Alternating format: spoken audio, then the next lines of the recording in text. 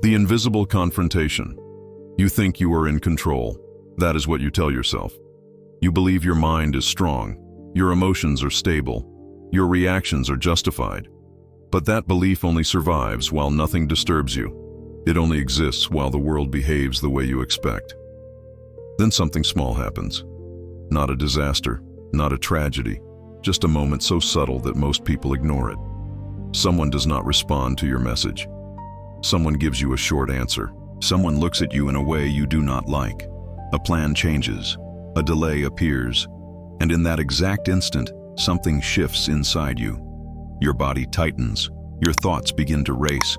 You start creating explanations, meanings, assumptions. Without noticing, you are no longer observing the moment. You are reacting to it. And the most dangerous part is this: you believe your reaction is justified. Look closer. No one around you sees it clearly. On the outside, you still appear composed. You continue speaking, walking, working. But internally, your state has already been hijacked. Your peace is gone, your clarity is gone, and now your mind is trying to regain control over something that already took control of you. This is where the invisible confrontation begins.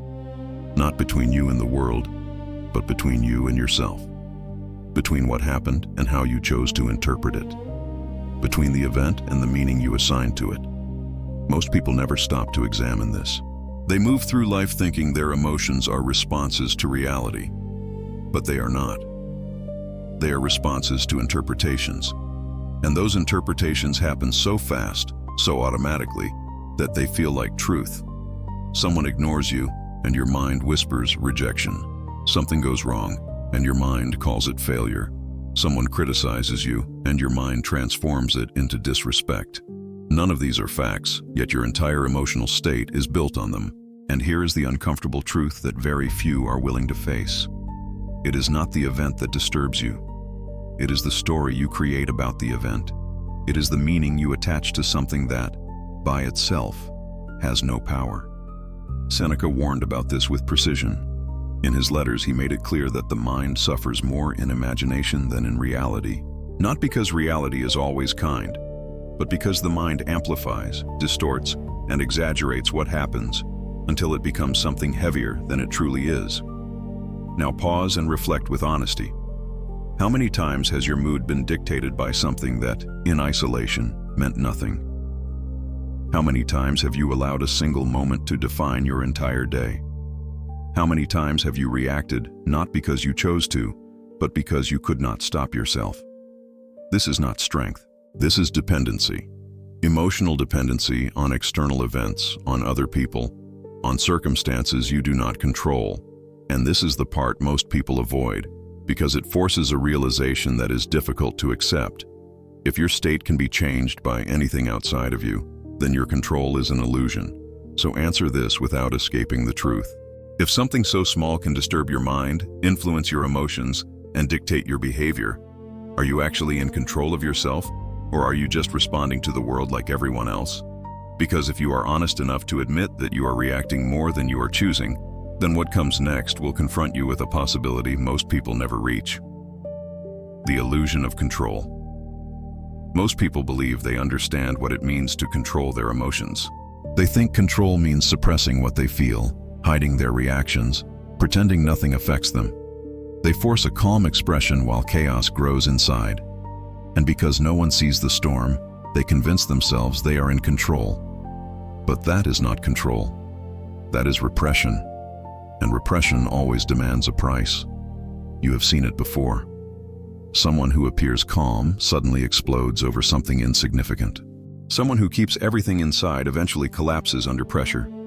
That is what happens when emotions are not understood, only contained. They do not disappear. They accumulate.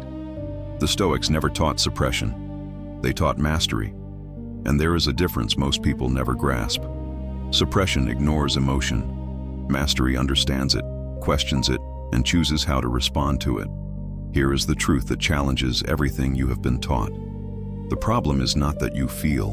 The problem is that you are governed by what you feel. You do not choose your state. Your state chooses you. Think about it. When something irritates you, do you decide to feel irritated? Or does it happen automatically? When something frustrates you, do you pause and choose your reaction? Or do you simply follow the impulse? Most of the time, there is no decision. There is only reaction. And that is where the illusion begins. Because reacting feels natural. It feels justified. It feels honest. But what feels natural is often nothing more than conditioning. A lifetime of automatic responses shaped by past experiences, expectations, and unconscious patterns. You believe you are in control because you can act. But acting is not the same as choosing. If your actions are driven by impulses you do not question, then you are not in control. You are being controlled. Seneca understood this deeply. In his teachings, he emphasized that true power lies not in changing the external world, but in governing your internal response to it. Because the external world will always remain unstable, unpredictable, and beyond your authority. Yet most people spend their lives trying to control what they cannot control. They try to manage how others behave, how situations unfold, how life responds to their expectations. And when reality does not align, they suffer. This is the trap. The more you depend on the external for stability, the more unstable you become. The more you try to force control over the world, the less control you have over yourself. Real control begins where most people refuse to look. It begins when you stop demanding that the world be different and start examining how you respond to it. And this leads to a realization that is both simple and unsettling. You are not disturbed because something happened. You are disturbed because of the meaning you gave to what happened. If that meaning changes, your emotional response changes. If your emotional response changes, your behavior changes. And if your behavior changes, your entire life begins to move in a different direction. But to reach that level of awareness, you must first confront something that operates silently inside you, shaping every reaction before you even notice it. The enemy within you never notice. There is something inside you that decides before you even realize a decision was made. It reacts faster than your logic, faster than your awareness, faster than your intention to remain calm. And most of the time, you do not even see it happening. You believe you are responding to reality, but you are not. You are responding to a version of reality that your mind creates in an instant, a silent interpretation, automatic and immediate, that defines what something means before you have the chance to question it. Someone does not reply to your message, and your mind labels it as rejection. A plan fails, and your mind turns it into failure. Someone speaks in a tone you do not expect, and your mind translates it as disrespect. None of these meanings are facts. They are conclusions, and yet you accept them as truth without hesitation. This is the hidden enemy, not people, not circumstances, not the world. The enemy is the interpretation that happens between the event and your emotion. It is invisible, but it controls everything. If you could slow that moment down, you would see the sequence clearly. Something happens. Your mind assigns meaning. That meaning creates an emotion, and that emotion drives your reaction. By the time you notice what you are feeling, the process is already complete. That is why it feels like you have no control. Because you are trying to control the reaction after it has already been triggered. You are trying to calm yourself after the fire has already started. The Stoics understood this mechanism with precision. They knew that what disturbs us is not the event itself, but the judgment we place on it. This idea appears clearly in the teachings of Epictetus, where he explains that it is not things that trouble us, but our opinions about things. And most people never examine those opinions. Your mind is constantly creating narratives. It fills gaps, assumes intentions, predicts outcomes, and it does all of this automatically, based on past experiences, fears, and expectations you may not even be aware of. That is why two people can face the same situation and react completely differently. One remains calm, the other becomes overwhelmed. The difference is not the event. The difference is the interpretation. Now understand the weight of this. If your emotional state is determined by interpretations you do not question, then your life is being shaped by something you do not control. This is why people feel trapped in cycles. The same triggers, the same reactions, the same outcomes repeated over and over again. Not because life is against them, but because their interpretations remain unchanged. And here is the most uncomfortable part. As long as you are unaware of this process, you will continue to defend your reactions as if they are justified. You will believe you are right, even when you are simply reacting. But the moment you begin to see this clearly, something shifts. You realize that between what happens and how you feel, there is a space. Small, almost invisible, but powerful. And inside that space lies the first real opportunity for control. But to access it, you need to understand how those who mastered themselves learned to see beyond the illusion. Seneca reveals the hidden game. More than 2,000 years ago, Seneca was already observing what most people today still fail to see. Not in theory, not as an abstract idea, but as a precise diagnosis of human behavior. He understood that the real battle is not outside, it is within the mind that interprets everything. He warned that people suffer more in imagination than in reality. This is not poetry.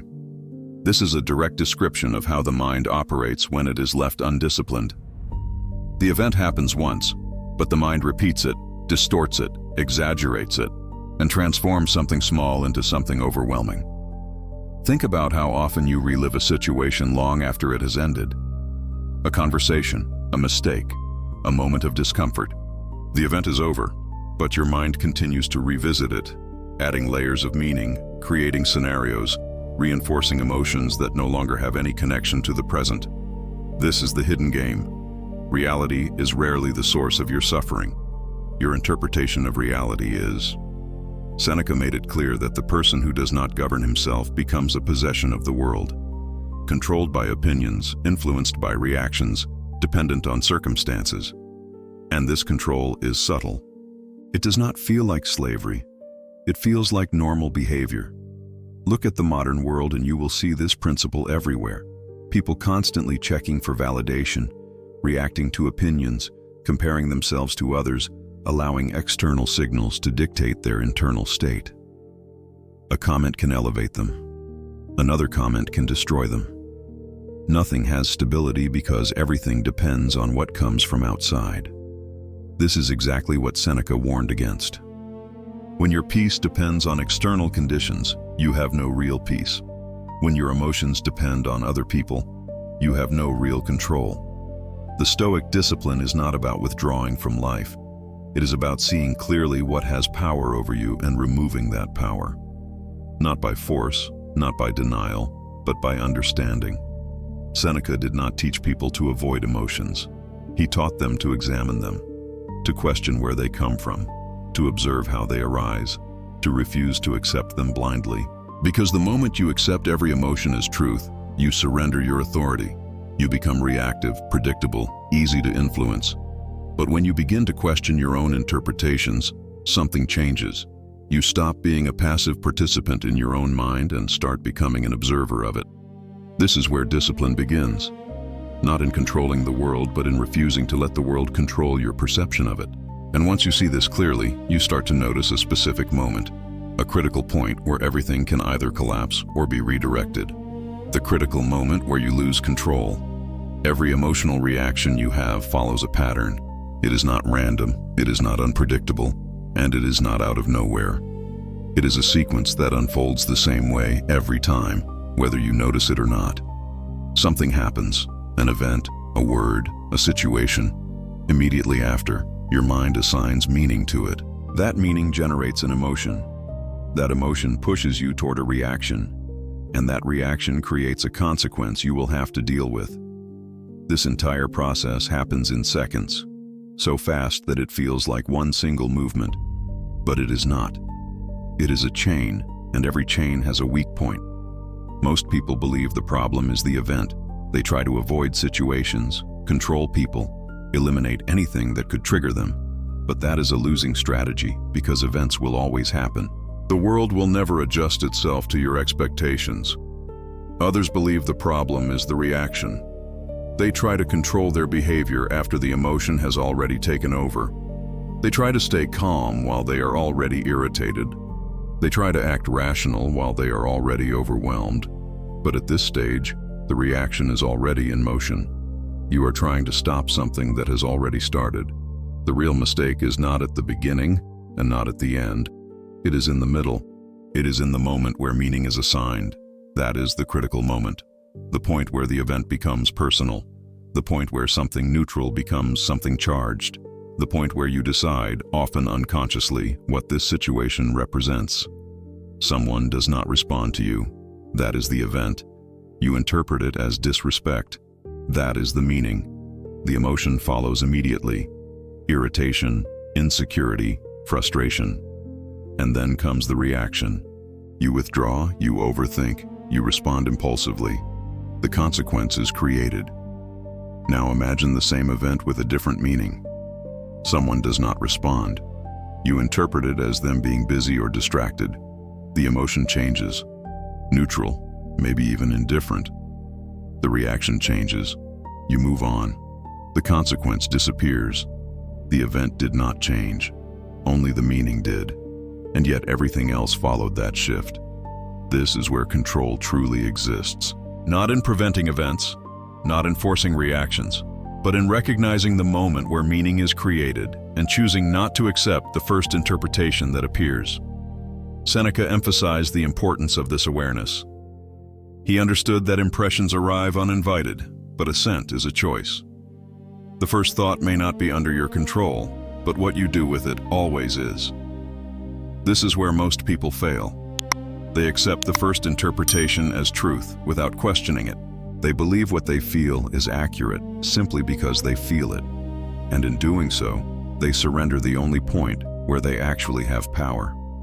If you can learn to recognize this moment, to pause before accepting a meaning, you interrupt the entire chain. The emotion weakens, the reaction changes, the outcome transforms. But to do that, you need something most people never develop: the ability to create space between what happens and what you do next. And that space is where true discipline begins. The technique of delay the power of inner silence. There is a moment so small that most people never notice it, and yet it is the only place where real control exists. It happens between the impulse and the reaction, between what you feel and what you are about to do. And in that moment, you either obey or you take command. The problem is that most people have trained themselves to react instantly. They speak as soon as they feel, they act as soon as they are triggered, they respond without reflection. Speed feels natural, but in reality, it is submission. It is the mind acting on autopilot. The Stoics approached this differently. They trained themselves to delay, not to avoid, not to suppress, but to create a pause, a deliberate interruption in the automatic flow of reaction. When something disturbs you, the instinct is to respond immediately, to defend, to justify, to react.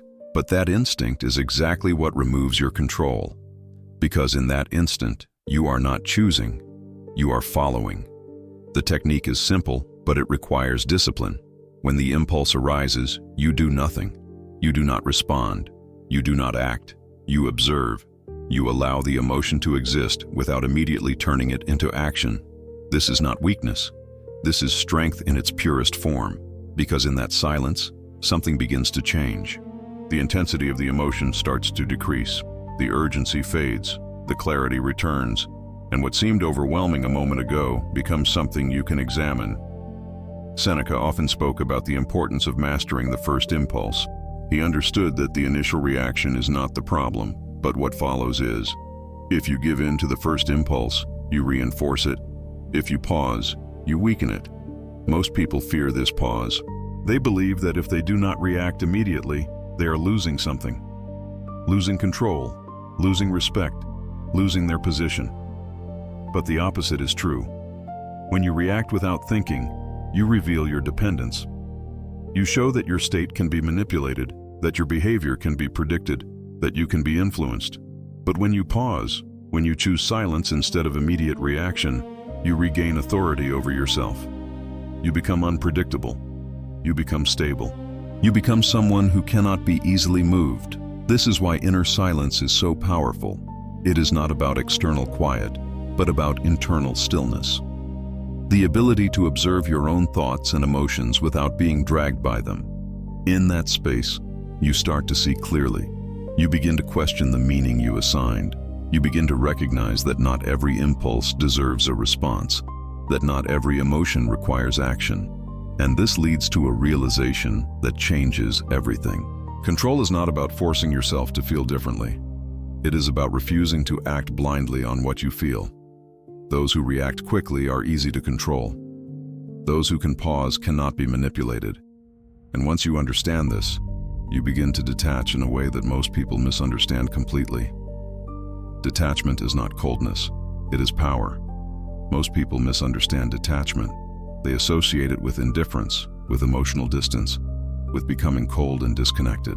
They believe that to detach is to stop caring, to suppress feelings, to build a barrier between themselves and the world. That is not detachment. That is avoidance. True detachment is something far more precise and far more powerful. It is the ability to feel without becoming controlled by what you feel. It is the ability to experience emotions without allowing them to dictate your actions. You do not stop caring. You stop depending. There is a difference that most people never recognize. When you are attached, your emotional state is tied to outcomes, to people, to expectations. If things go well, you feel good. If they do not, you lose your balance. Your stability becomes conditional. This is why people suffer so easily. Not because life is always harsh, but because their sense of peace is fragile. It depends on variables they do not control. Detachment removes that fragility. Not by eliminating emotion, but by removing the need for external validation and specific outcomes. You can engage with life fully, but you are no longer defined by what happens. Seneca made this clear in his writings.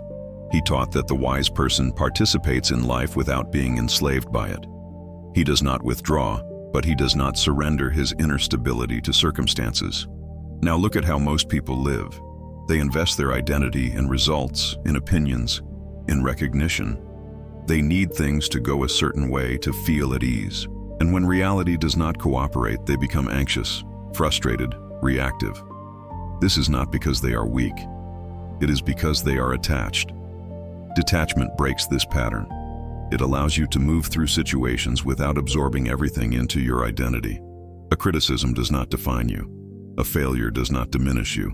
A rejection does not control your state.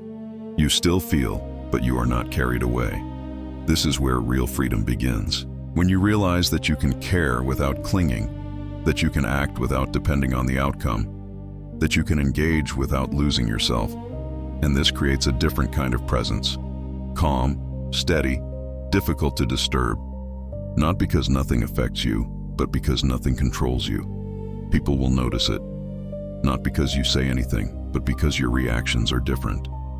You are not easily triggered, not easily shaken, not easily influenced. That is power. Silent, stable, and rare. But detachment alone is not enough. Because even with awareness, even with discipline, the mind still needs to be trained deliberately to resist influence in a world designed to provoke reactions. Training the mind to not be influenced. Understanding is not enough. You can see clearly how your mind reacts. You can recognize your impulses. You can even pause before acting. But if you do not train your mind deliberately, you will eventually fall back into the same patterns. Because the world is constantly testing you. Every interaction, every opinion, every unexpected situation is an invitation to react. And if your mind is not prepared, it will return to what is familiar, to what is automatic. Training the mind begins with one fundamental shift. You stop accepting your first interpretation as truth. The moment something happens, your mind will try to label it, define it, assign meaning to it. That is its nature, but you do not have to agree with it. You question it. You ask yourself if what you are thinking is actually accurate, or if it is just a projection. You examine whether the meaning you created is based on facts or on assumptions, and this simple act begins to weaken the automatic power of your thoughts. At the same time, you start reducing the importance you give to external events. Not by pretending they do not matter, but by recognizing that their impact depends on the weight you assign to them. Most people give too much importance to things that do not deserve it.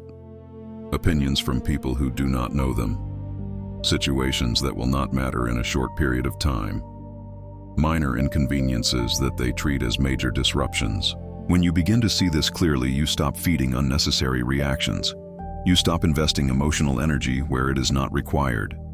This creates space inside your mind, space that allows you to respond with intention instead of impulse. Seneca emphasized that we often suffer more from expectation than from reality. The mind anticipates problems, imagines outcomes, and reacts to possibilities that have not even occurred. When you train your mind, you bring it back to what is real, to what is present, to what can actually be influenced. This is where discipline becomes practical, not as an idea, but as a daily practice. You observe your thoughts, you question your interpretations, you choose what deserves your attention and what does not. And over time, something changes. The same situations that used to disturb you begin to lose their effect. The same triggers that once controlled you no longer have the same power. Not because the world changed, but because your relationship with it changed. This is how influence begins to disappear. Not by resisting everything, but by refusing to give automatic meaning to what happens.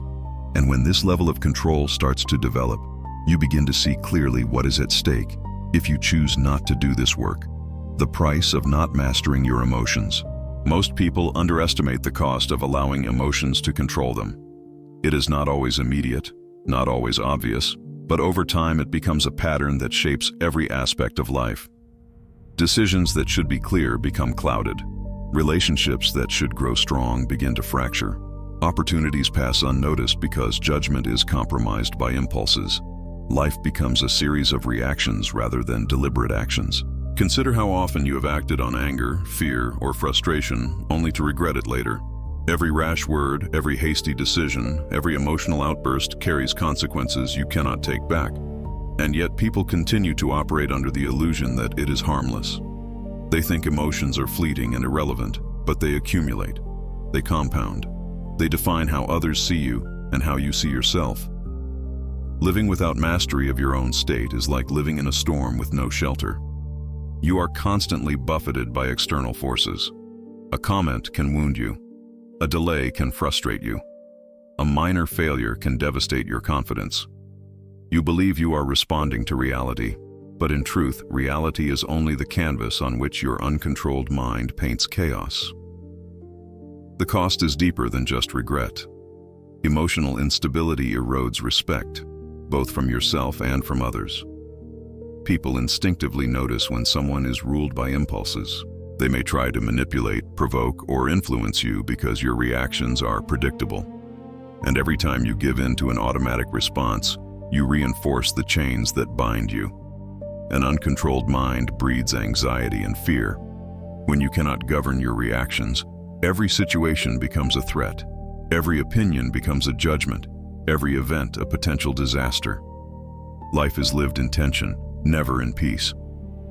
Decisions are clouded, opportunities are lost, and growth is stunted because every choice is filtered through unexamined emotion. Seneca warned that the mind enslaved by impulses is not truly free. Freedom is not the absence of challenges, but the ability to remain unshaken by them. Without mastery, you are not the architect of your life. You are merely a passenger, at the mercy of forces you believe are external, but are actually internal. The hardest truth is that this price is invisible until it is too late. You do not feel the slow erosion as you give up small moments of control, but over time, your entire life is influenced, shaped, and even limited by your inability to govern your own mind. You may think you are reacting appropriately, but in reality, you are repeating patterns that diminish your potential, weaken your influence, and compromise your peace. To remain uncontrolled is to surrender. To allow your impulses to dictate your actions is to accept a life that is less than what you could achieve.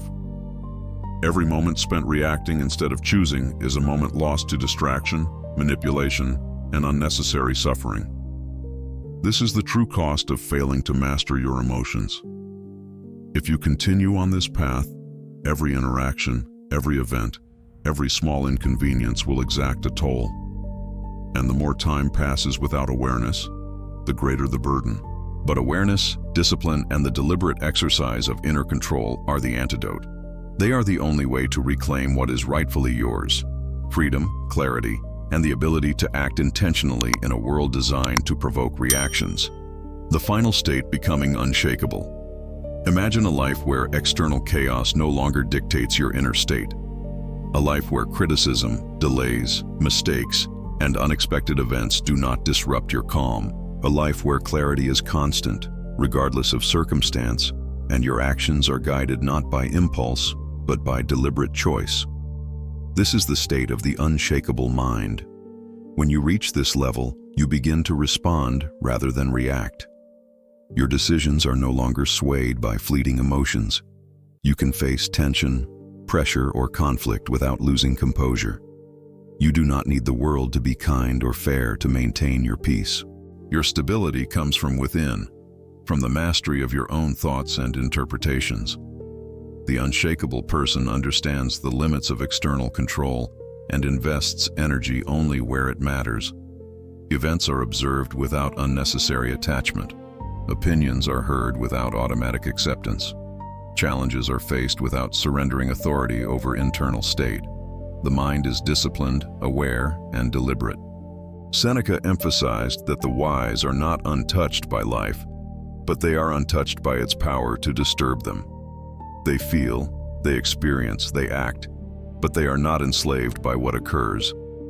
Freedom emerges from this mastery: the freedom to choose your response, the freedom to maintain clarity, the freedom to act with purpose. This state is not achieved overnight. It requires practice, reflection, and the constant application of principles that prevent automatic interpretation from turning into uncontrolled emotion. But as these practices take root, life begins to flow differently. You notice the triggers that once consumed you, and instead of reacting, you observe, evaluate, and act intentionally. The result is profound.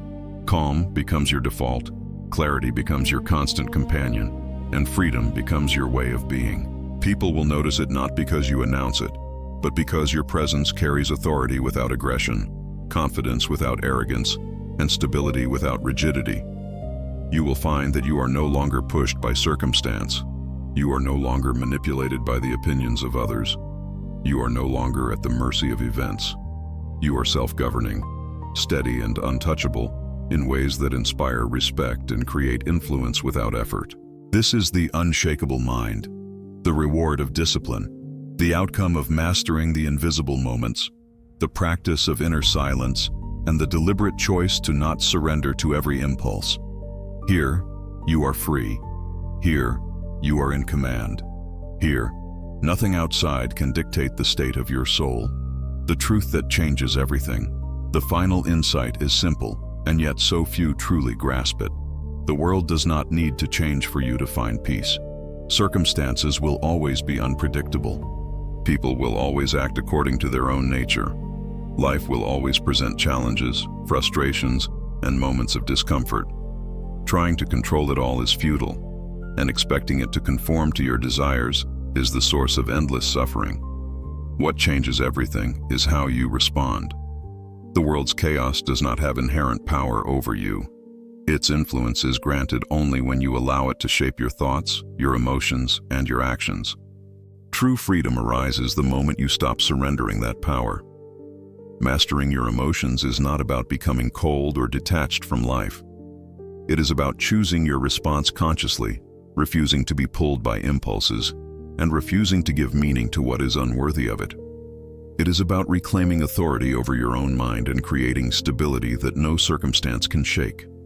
This is the ultimate lesson from Seneca, the Stoics, and all who have studied the mind deeply. Peace is not a product of circumstances, but a product of disciplined thought. Control is not about suppressing emotion, but about refusing to be governed by it. Strength is not measured by what you endure externally, but by what you refuse to surrender internally. Once you understand this, nothing outside can command you again. You become the master of your reactions, the observer of your impulses, and the architect of your emotional state. You are free in a way few ever achieve, untouchable in a way few ever practice, and steady in a way few ever witness. Dominate your inner world, and the outer world loses the ability to disturb you. The truth is absolute. Mastering your emotions is not weakness constrained, it is power unbounded. And once this power is yours, life can no longer dictate who you are or how you feel.